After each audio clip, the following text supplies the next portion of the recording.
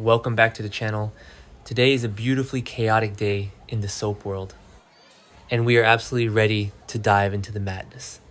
Grab your snacks and buckle up because we have so much to unpack right now. Oh my god, I'm screaming. I literally cannot even deal right now. Okay, but listen, I was eating dinner and literally choked on my pasta when this scene happened. I had to pause and text my friend immediately because my jaw dropped to the actual floor. I am shaking typing this. You guys, we need to talk about Rocco Falconeri and Dante and Jason and Lulu because this is the most unhinged thing I have ever watched in my entire life. I can't breathe. I am actually hyperventilating.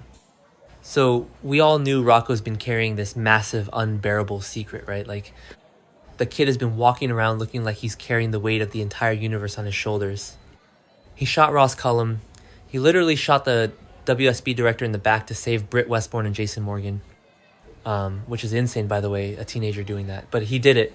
And Jason, being the stoic, protective, self-sacrificing martyr that he is, just quietly took the fall. Jason was literally sitting in WSB custody, facing who knows how many years just to protect this kid. And Rocco, the guilt was eating him alive. You could see it in his eyes every single time he was on screen. I was yelling at my screen like, Rocco, just keep your mouth shut, but also Rocco, you poor baby. It's so dramatic.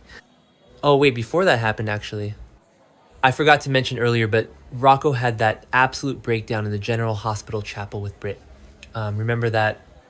He came clean to her, and Britt completely freaked out. She was like, if Cullum finds out that you shot him, we're dead. And she wasn't wrong. Cullum is a literal monster. So Britt is panicking, Rocco is panicking, and Jason is just rotting in a cell. The tension was so thick you could cut it with a knife. I was sweating just watching it. Okay, where was I? Right, so Rocco is at his absolute breaking point. He literally can't take it anymore. The kid is spiraling into a million pieces. He walks into the PCPD station.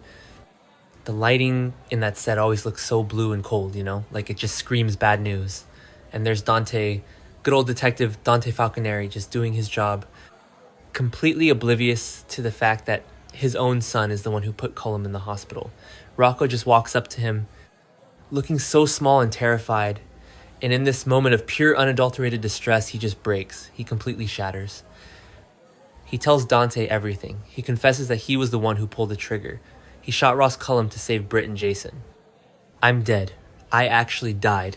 Dante's face. The way his expression went from, hey buddy, what's wrong, to absolute soul-crushing devastation.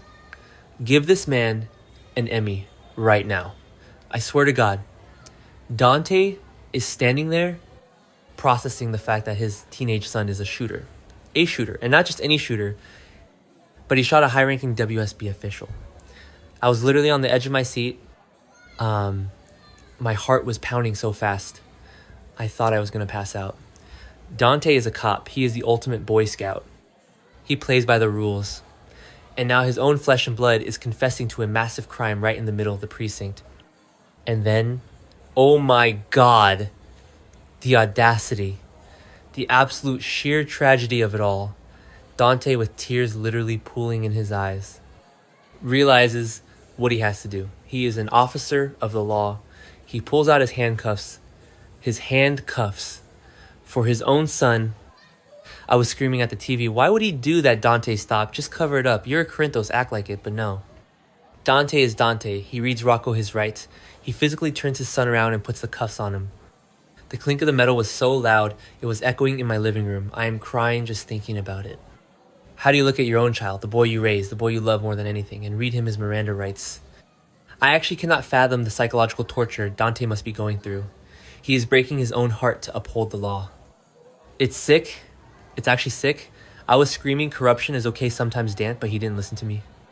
And right at that exact moment, because of course soaps have the most dramatic timing ever, Lulu walks in. Lulu Spencer just walks into the PCPD and sees her baby boy in handcuffs. Being arrested by his own father, my jaw dropped. Lulu let out this sound, this visceral, agonizing scream that I will never ever forget. She rushed forward, completely hysterical. What are you doing? That's your son, Dante. Take those off him right now. And don't even get me started on the Dante and Lulu fight that happened right there in the precinct. It was explosive. It was iconic. It was devastating. Lulu is sobbing, begging Dante to stop this to protect their boy. And Dante is standing there, looking like his heart has been ripped out of his chest, saying he has to follow the law. He has to do his duty. The fracture in their relationship, oh, it is unrepairable. It is completely shattered. Lulu looked at Dante with so much hatred and betrayal, I actually got chills. She couldn't accept that he would let their son be put in the system. She needs to get it together, I swear. But also, I completely understand her. I would be unhinged to... Wait, did I already say that? Whatever, anyway. Lulu completely snaps. Like something inside her just broke. She realizes Dante isn't going to save Rocco, so she decides she has to do it herself. And what does she do? She turns to the underworld. Yes, Lulu Spencer, daughter of Luke and Laura, is tapping into that dark, mob-adjacent energy. She knows juvenile detention is dangerous. She knows the system is broken. So she starts making calls, reaching out to the criminal element to buy protection for Rocco on the inside. Dante is violently opposed to this, obviously, because he's a cop, but Lulu literally doesn't care. She vows to make everyone who pushed Rocco into this pay dearly. She is going full mob mom, and I am honestly here for it. Unhinged Lulu is the best Lulu.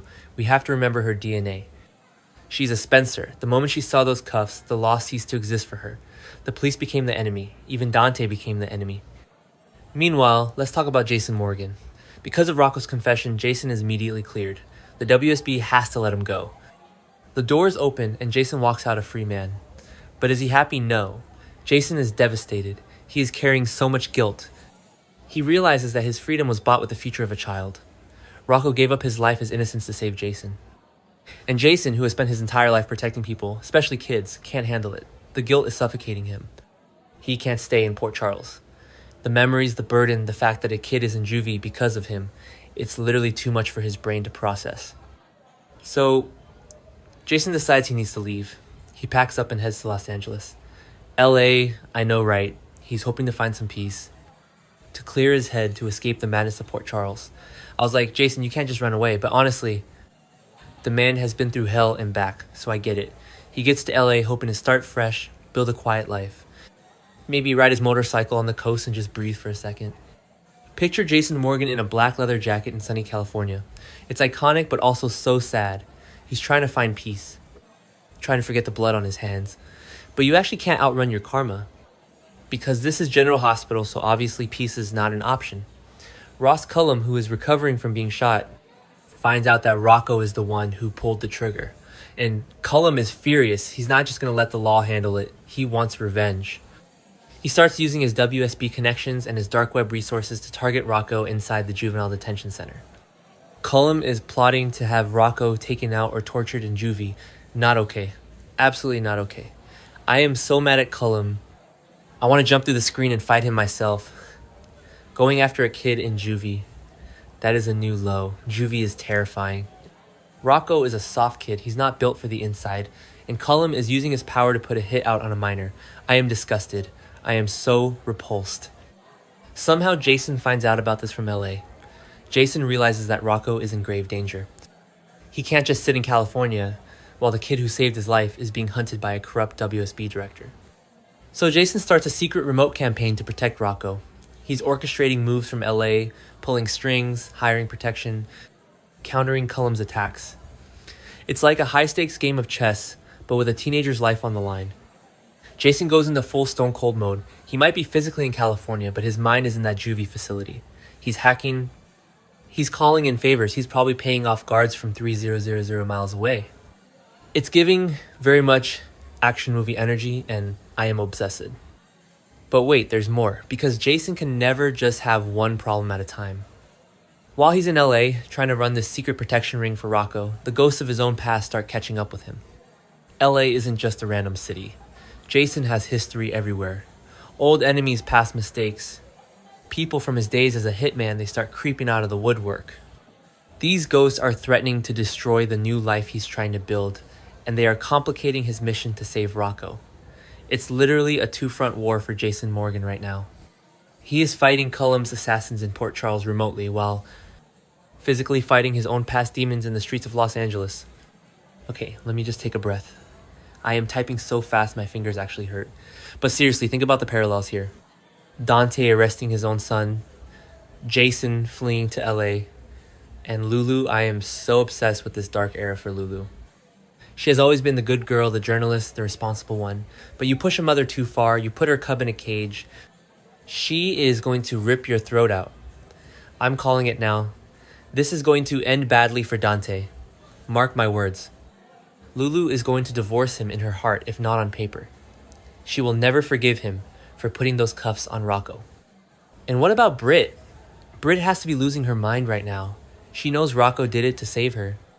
She told Cassius that he needs to protect Rocco, but Cassius is busy playing fake Nathan and manipulating Jen Sidwell. Lucas is in danger at Windermere, Sidwell is out of control, and now Cullum is focusing all his evil energy on a kid in juvie. It's all connected. The web is so tangled. I honestly don't know how anyone sleeps in Port Charles. I would be an insomniac. I'm an insomniac just watching it. I was like, are you serious when Dante pulled out those cuffs? I literally cannot get that image out of my head. The betrayal, the drama, the absolute devastation. Honestly, if Jason doesn't save Rocco from Cullum's juvie hitmen, I am going to riot. And if these LA ghosts end up hurting Jason while he's distracted, I will never recover. This show is ruining my life in the best way possible. I need to go lie down. I am done. The audacity of it all. I can't breathe.